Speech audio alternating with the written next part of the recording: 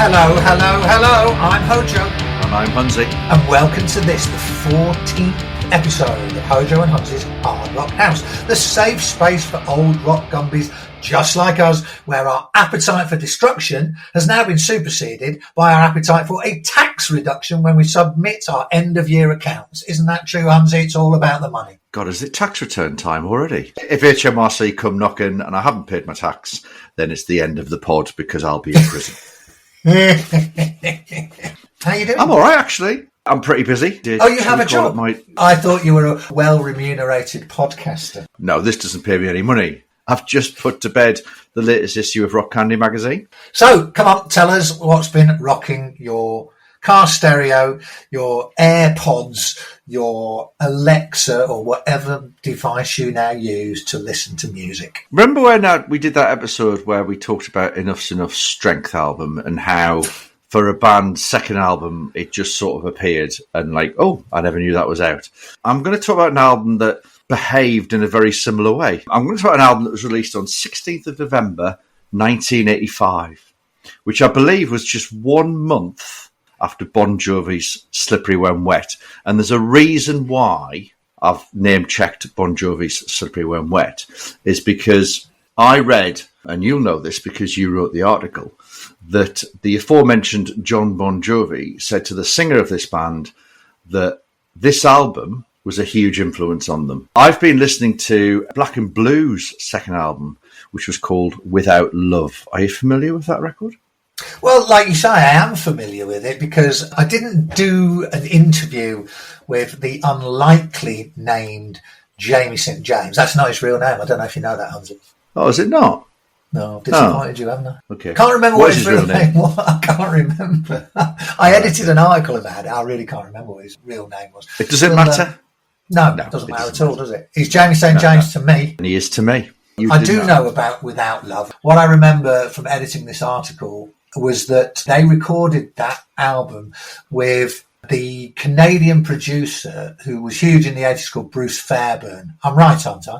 You are right. That's exactly what the connection was, is that they recorded Without Love with Bruce Fairbairn just before Bon Jovi worked with Fairbairn on Slippery When Wet. Jamie St. James said that the pop metal style that Black and Blue, according to him, developed on Without Love was then shamelessly stolen by Bon Jovi. Oh, shamelessly. And Bon Jovi went multi-platinum, whereas Black and Blues Without Love had stalled on the starting blocks, didn't really do much commercially. Do you think there's any truth in that? Yes, because both albums were released within a month of each other. What this says to me is that John Bon Jovi was having a few beers with Bruce Fairbairn and he says, well, what have you been working on before you were doing our album? And he says, oh, I've been doing Without Love by Black and Blue. Oh, give us a listen. Let's see what it's like. Okay. And he had a listen and John Bon Jovi went, oh, that's quite good.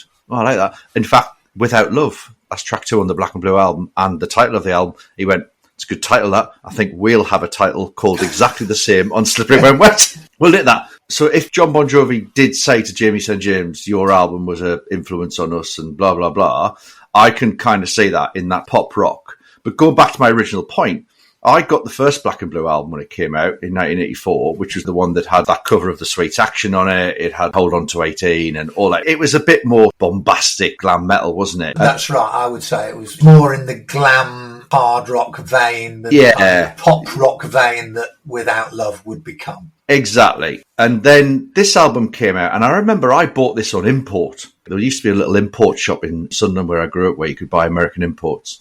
What was it called? For the life of me, I cannot remember. I can't remember what I did last night, so I'm never going to remember a record shop for 40 years. You know, I bought loads of American imports from that shop. I bought Motley Crue's Too Fast for Love on leather records from there. I bought Guns N' Roses' Live Like a Suicide, that EP that they did. It was known for its imports. And I remember I was in there one Saturday and I was flicking through, and there it was. And I just went, oh, they've got a new album out. Paid far too much money for it.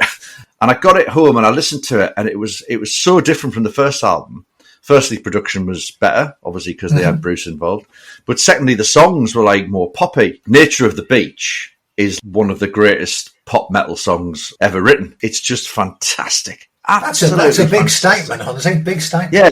It's kind of in that Y&T. You know when Y&T went down that poppy Summertime Girls thing that happened? I hated that After Earthshaker. But the album as a whole is a really good body of work. There's 10 really good songs on it. Rather interestingly, Tommy Taylor, he was in the band, went on to be a member of Kiss for the last 40 years. But on the album itself, there's some interesting guests. Did you know Jim Vallance was on the album? What, he actually plays on it or he writes on it? He wrote one of the tracks. It says he played electronic drums, which gives you a hint at the kind of sound that this album has generated. Adam Bomb is on it. You know Adam Bomb? I do vaguely remember Adam Bomb. Adam Bomb is appropriately named because clearly his career bombed, didn't it? Mike Reno does backing vocals on it. And where's Mike Reno from? I know. Well, he's in Loverboy, isn't he? Of course he is. That's a starter question, isn't it? Anyone knows that. But I think the most surprising person who's on this album, and see if you can guess it, a guy who was a founding member of one of the biggest keyboard soft rock bands ever. We saw them headline at a festival just up the road from you on my stag do. In fact, no, they didn't headline, they were special guests. Okay, I'm going to make a wild stab in the dark. Steve Porcaro of Toto. Correct. How do you think I knew that? No. Probably because I'm looking at the Wikipedia entry, of course I am. All right. Yeah, he's on it.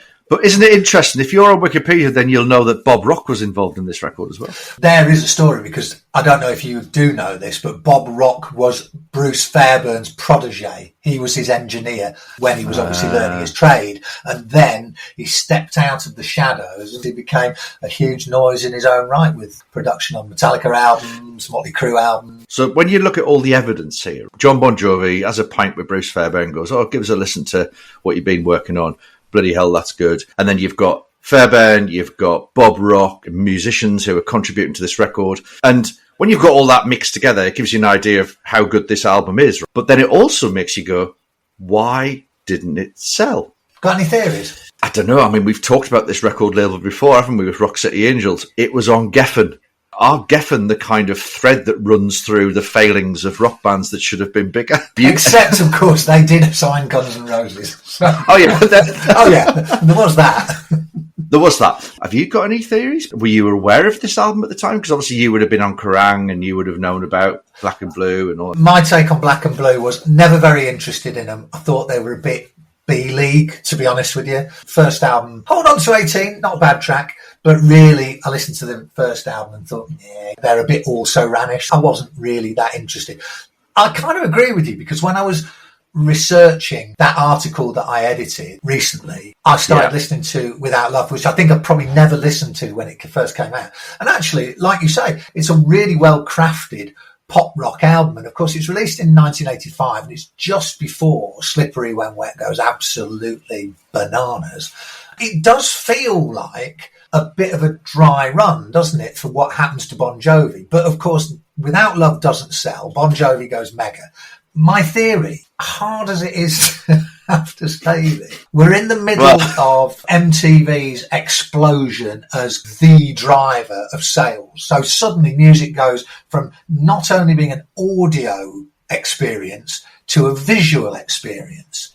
And John Bon Jovi, very beautiful man. No arguing with that. He was a very good-looking guy. Everybody knew it. Everybody recognised it. James St. James, on the other hand, it's a little harsh, but it's nonetheless true. Jamie, great voice for radio, as they say. And I genuinely think that Black and Blue's progress, as unfair as this may be, is halted in 1985 by the fact that they do not have a pretty boy singer. Yeah, I would agree with you, which is a shame. Well, it is a shame in one way, but it's also a very unfortunate fact of life, isn't it? That it's a fucking beauty contest at the end of the day, so you get used to it. Yeah. I've said this before. I think your theory also applies to Tesla. Tesla had the songs, but poor old Jeff Keith, unfortunately, He had the teeth, but that was about it. Tesla did okay, didn't they? They had gold albums, maybe even platinum albums, but Black and Blue, they were very much in the where are they now file, weren't they? I feel bad saying it. I hope he's not listening, Jamie. But I genuinely think that's why that album didn't do well, because the songs and the production are really good, and as I said, a blueprint for what came immediately afterwards, which was seismically successful Bon Jovi stuff. So if you do like your hard rock on the poppier side, but really well produced, really well crafted song, go and check out Without Love by Black and Blue, because you will really, really, really enjoy it. What have you been listening to, HoJo? Well, I've been listening to something right from the other side of the Atlantic, from where you and I hail from. I've been listening to a new album from an old band, and they're back under weird circumstances. It's Quireboys. I bet you were a big fan, weren't you? But well, back in the day, a guy we've mentioned on this pod was actually in them. My Quireboys relationship started when Ginger packed his bags and his stereo. Actually, he didn't pack his stereo. I came down to London with that for him because he couldn't get it in the bus. Good story. He hot-footed down to London. I think he joined Becky and the Bombshells. He was in them for a bit, and then I think he met Spike in a club. They got drunk, and he says, "Oh, do you want to be in the Quireboys?" Spike being the Quireboys lead singer, of course. Correct, yeah. I vividly remember Ginger ringing me up, because obviously these were the days before emails and blah, blah, blah, that he was doing his first gig with the Quireboys. Come down, it'll be good fun. So I got on the bus down to London. And Ginger's first gig with the Quireboys was at the Hammersmith Odeon, supporting Guns N' Roses. Wow, that's a pretty cool first gig, isn't it? Pretty good. I was at uni at the time, and the Quireboys were one of those bands that toured relentlessly around the country, playing every shithole in the country. And one of the particular shitholes that they used to play a lot was a place called the Duchess of York in Leeds, because I was at university in Leeds. It seemed like bands like the Quireboys, the Dogs D'Amour were always on tour, and they were always playing the Duchess of York. So they've got a new album out. They have a new album out. Let's just set some context with our single-digit listener from America who perhaps isn't as aware of the Quireboys. Quireboys were not a metal band. They were much more a reworking of that lad rock, for want of a better term, that the Faces were really famous for developing in the 70s. When Rod Stewart, Ronnie Wood were all involved, everything seemed to be about getting drunk, having a laugh, feather-cut hairdos, pinstripe suit jackets over jeans or glam rock trousers. They developed something that really, I would argue, probably didn't really exist prior to then, unless my musical knowledge is just not sufficiently developed. It wasn't heavy, but it was definitely rock, and it was very much good time music, wasn't it? It felt like it was music that was made in British pubs, and that fits with that vibe that the Quireboys had, that they were playing every 2-bit spit and sawdust place that was available. And amazingly, it kind of worked for them, didn't it? Because after traipsing around for maybe 2 or 3 years, they got signed by EMI Parlophone, and their debut album, A Bit of What You Fancy, which was released right at the start of 1990, suddenly went to number 2 in the UK charts and got certified gold, which I remember at the time thinking, how did that happen? Because they were kind of like everybody's favourite losers, weren't they? Oh, yeah. They do this very unfashionable pub rock. Spike looks like he's just spent the night in a damp sleeping bag in a dustbin, and they're just never going to be rock stars, and then suddenly all that happens. It's amazing, isn't it? Before that album came out, my friend Ginger was ceremoniously sacked before that. So yeah, that's not surprising, is it, really, given his lifestyle at the time. Sharon Osbourne managed them, didn't she? Sharon Osbourne did manage them for a bit, but it didn't really last long, did it? It was a rocket that went up really, really fast and then exploded in midair, wasn't it? And nothing really happened. It all went to pot. But in fairness to Spike, the lead singer, he's always carried on living the lifestyle. I don't think you can deny that there's a lifer. There's somebody who does it because they love it and they need to do it and all the rest of it. It's not about going whether I'm going to be a pop star. Have you heard the stuff he's done, like the Frankie Miller stuff he's done? Yeah, well, there's a song he does on this new album where he's got Frankie Miller. He's kind of melded a Frankie Miller vocal on a song called Raining Whiskey. So anyway, the album is called Wardour Street. Now, people who don't know London and don't know the very rock and roll vibes that were in that city when I was writing for Kerrang at the end of the 80s and going into the 90s, Wardour Street was the epicentre of the Soho district of London. And it was also the epicentre of everything that went on rock and roll at that time. It's where the old Marquee Club was. It was where the San Moritz Club, where I'm sure you, like I, spent many, many drunken nights. And there was also, do you remember the pub called The Ship? There was the Intrepid Fox as well. Both big rock pubs. It was a weird time, wasn't it? Because you could turn up at any time of the day or night and go into one of those 3 or 4 places, The Ship, the Intrepid Fox, San Moritz, Marquee, and you'd always see rock stars hanging out. Lemmy was always in the San Moritz on the Bandit. This Quireboys album is obviously designed to evoke memories of that time. Wardour Street was kind of London's version of Sunset Strip, but instead of like girls in scantily clad and, you know, lots of glamour, it was dirty bins piss running down the streets. And really not the sexed up dossier that the Sunset Strip provided. It was good at the time, you kind of went, fuck, why isn't London like Sunset Strip? Mainly because there weren't very many girls who liked rock music, and those who were there were wearing far too many clothes. But now you look back on it, it was still a lot of fun, wasn't it? There was an awful lot of silly people with bandanas and cowboy boots wandering around the place as though they were already rock stars, even though only 17 people in the entire population of London, which is 13 million, knew who they were. But it was very kind of loose, wasn't it? You could just wander into those places, like you said, and you'd see Lemmy there and you'd have a little chat with Lemmy, and then you'd move on down the line and there'd be Luke Morley from Thunder knocking about. All those guys who were in the rock papers, certainly featured in Kerrang and all that, but just hanging out. So if you knew where to go, you could meet all those guys. And actually, it was brilliant for me as a young Kerrang writer, because by hanging out on Wardour Street and in those places, you actually got to know some of those people in the bands in a way that you just never would if you were just talking to them because an interview had been set up to promote an album by a record company or whatever. And it really helped me to develop a relationship with musicians that served me very well as a writer that you just don't get anymore because there's such a divide between the artists and the writers or the YouTubers. I think it was It was a scene. It was a scene. You're right. All were welcome as long as you had. Did you wear a bandana? Yes, I did. Did you? Well, I know you did because I've seen photographs. I think, to be fair, I wore a banner when I was performing on stage. I didn't wear a banner when I was walking down Wardour Street. I think by that time, the black spandex had triggered me, and no longer was I going to wear anything that would make me look absolutely idiotic. But they were brilliant times, the Dogs D'Amour and the Quireboys. They were the kind of ringmasters for that whole movement, weren't they? They really were, yeah. And it was exciting. I'm delighted that we get to talk about that era because it was special for both you and I. But also, we haven't really talked about this. Well, Wardour Street is the title. And I have to say, it's a really, really enjoyable record. There's a caveat, Hunzi, in that if you want to hear anything remotely new, anything that sounds like it could have been influenced by something that was written post-1972, don't bother, because there's nothing there for you. Move along, there's nothing to see.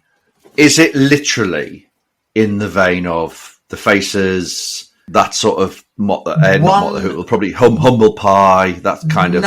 I would say it's even narrower than that, Hunzi. It's like, wow, we want to sound like The Faces, and then if we really want to change things up a bit, we'll sound a bit like the Stones. That's kind of the vibe. Right. But having said that, you'd be a hard-hearted person indeed if you didn't enjoy what they do. Because while it's the least innovative and original kind of music ever, number one, they do it really well. Number two, you feel like they love it and they're really enjoying what they're doing. And that's really infectious. And I think number three, there's something quite honourable about sticking your musical head in the sand and going, fuck trends, fuck fashion, fuck what anybody else thinks. This is what I love. And I'm going to do it, frankly, till the day I die. And unfortunately, the day I die for guitarist Guy Bailey was while they were recording this album. So sadly, he's gone. Yeah, it was tragic. It doesn't live to see the release of the record. I thoroughly enjoyed it. The opening track is a title called Geez Louise, which obviously I relate to because I use that phrase quite a lot where my wife's concerned and she's annoying the fuck out of me. So that's another plus point for the Water Street. I take my bandana off to them. And just a very quick last point before we move on from the Quireboys. It's actually produced by Luke Morley, who we mentioned earlier. And Luke also filled in on guitar once Guy Bailey had passed. He's been doing the tour with them, hasn't he? Anyway, as you say, let's move on. At the start of the show, I made a frankly lame joke about appetite for destruction rhyming with tax reduction. But it did remind me, one of my favourite moments from the good old days of being a Kerrang writer. Because part of the pod was that we were going to allow me to reminisce and talk about the old funny stories that happened while I was writing on Kerrang. Yeah. Maybe we've been a bit lax about that. We haven't quite got into that. But there's one today that sprung to mind because of the talk about tax. When I was about 20 years old, I was living in Birmingham, a student at the university, obviously living in very low rent accommodation, didn't have a 2p to rub together, just living high on life, thinking that all that mattered really was going to gigs, listening to new music. And I was in a brilliant position because I was working for Kerrang, so I got my CDs, records, vinyl for free, and all my gigs for free. So I was just living the life, living day to day and having a great time. But you had enough money to buy a pair of spandex though, didn't you?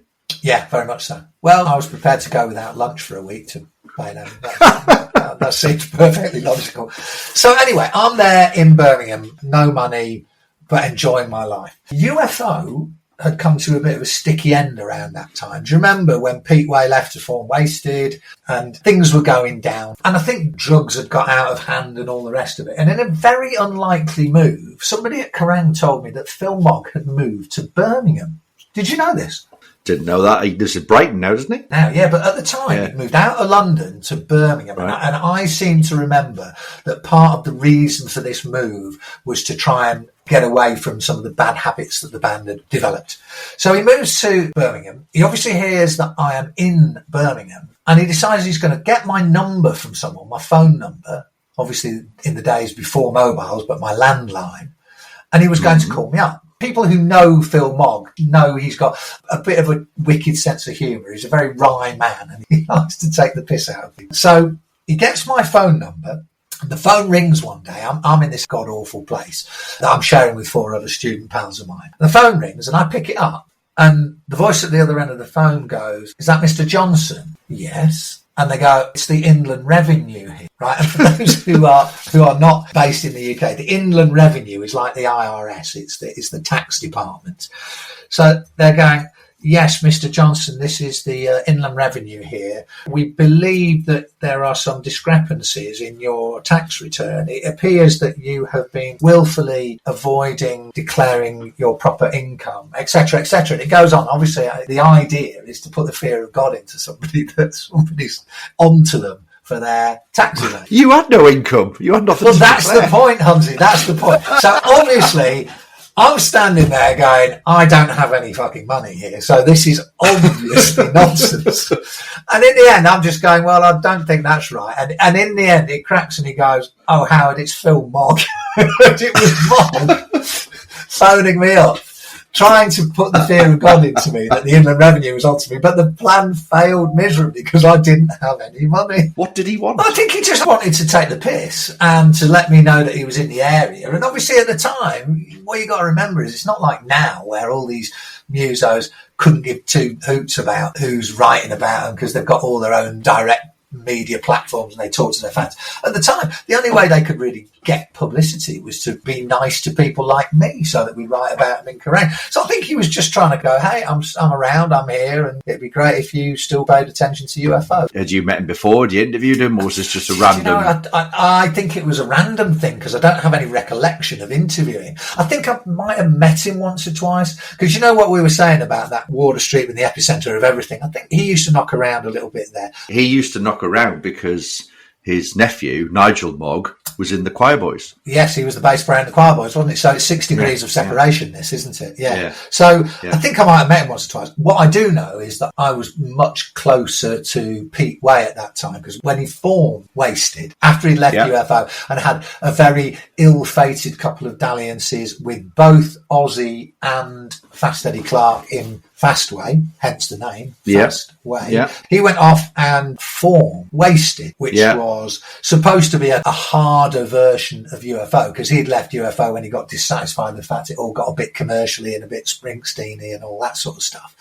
So I got to know him around that time, and very bizarrely ended up at a party at his flat in London. You were at a party at Pete Way's flat. Yeah, I was at a party at Pete Way's flat, so it's a good name drop. This is only going to go one way. Yeah, it did only go one way. And I was there, 19 years old. I was there with a friend of mine from university called Paul Meredith, who was also a big rock fan. He bought some red spandex at the time. I bought black spandex.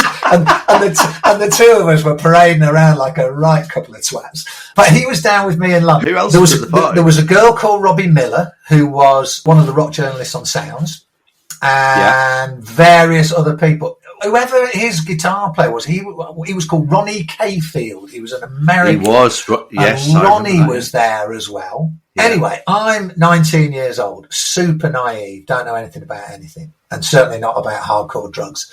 And Pete spends all the night going, has anyone sorted the brown powder? Is the brown powder coming? Does anyone know where the brown powder is? Brown powder? I'm going, what the fuck's brown powder? And of course, now, being a very mature 60-year-old man, I know that the brown powder was the heroin. So he's after the brown powder. My friend Paul Meredith Marriage has got a T-shirt on that says "Enjoy Cocaine," and it's got like the Coca-Cola logo. Enjoy cocaine. Mind you, we hadn't taken cocaine. We couldn't afford cocaine. He just liked the T-shirt. It was a singlet, Humsey, not a T-shirt. It was a singlet. Singlet. With no sleeves and a big low-cut top. And it was in blue, bizarrely. I don't think it's official merchandise from Coca-Cola, is it? I don't think that's their brand values, is it? So anyway, carry on. He's looking for the brown powder. So he's looking for the brown powder. They're looking for the brown powder. He sees Paul's Enjoy Cocaine T-shirt. Goes, it's brilliant, mate. I really like that. Where'd you get it from? Blah, blah, blah. Do you want to swap? Is that how Pete Way talked? Absolutely. Pete Way talked exactly like that. Really high-pitched and really like he didn't know what was going on. Right, okay. He sounds a bit like, what's his face from Spinal Tap? Nigel Tufnell having sucked on a helium balloon. So he does a swap with Paul for a T-shirt. I can't remember for the life of me what Paul got. But so anyway, the swap happens. The brown powder does turn up. And obviously Pete presumably goes off and indulges in this and comes back, and obviously slightly the worse for wear. And then I remember at one point he bounced off the wall. And there was a shelving unit on the wall, and he bounced into it, and the whole thing collapsed onto the floor. And I remember he just looked down and went, well, way. It was brilliant. A great moment of self-awareness. Brilliant. Pete Way for me was, I would say, he's probably my favourite rock bass player. He certainly lived the lifestyle, didn't he? Yeah. You knew he was a hellraiser, and he was like, I don't give a fuck. In terms of don't give a fuckery, he was number one worldwide, wasn't he? And God bless him. And what a shame he's gone. Because he was a lovely man. Mad as a goose on stilts. I bought a pair of black and white striped trousers. Because Pete Way, you weren't alone in that. I'm sure many people did it. And genuinely, despite never wanting to recommend that kind of lifestyle, he was a lovely, lovely man. I think perhaps being married to him might have been too dangerous, because I know that various wives died of heroin overdoses. But I got on famously with Pete, and I was very sad with him. God rest his soul. I've got some terrible news for you. It's the end of the pod. Well, it is, because I told you before we started recording that I have to go and get an oil change on my car. And I'm now 45 minutes away from my appointment, and I'm about 50 minutes away from where it is. So if I don't fuck off now, I'm in a whole world of trouble. HoJo, hang on. Just before everybody goes, can I remind people that you can contact us and you can give us words of wisdom, bits of advice, things you'd want us to talk about on the usual social channels. So you can get hold of us on Twitter or X. I prefer Twitter at HoJo and Hunzi. Instagram is HoJo_and_Hunzi. Yeah, I know, rubbish. But if you want to be old school, just contact us on email, which is HoJoandHunzi@gmail.com. Or you can contact us on Facebook direct. Just find our Facebook page, send us a message, comment on the stuff that we post about, and that would be brilliant. One other point. If you could give one person the prime info that HoJo and Hunzi's Hard Rock House is your podcast of choice. Just one person. That helps us spread the word. And this time next year, we'll be millionaires, Hunzi. Or we'll still be talking about a load of shite. For no money. Thank you. Mate, it's been great fun as always. I think we got through some funny old stories there and made a couple of good recommendations for people to listen to. It's time for me to go and do the oil change of doom. And all I can say, mate, is have a brilliant week, and I'll be seeing you same time, same place in 7 days' time. I will see you next week. Thanks, buddy. You take care. Cheers, mate. See you later. Bye-bye. Bye-bye.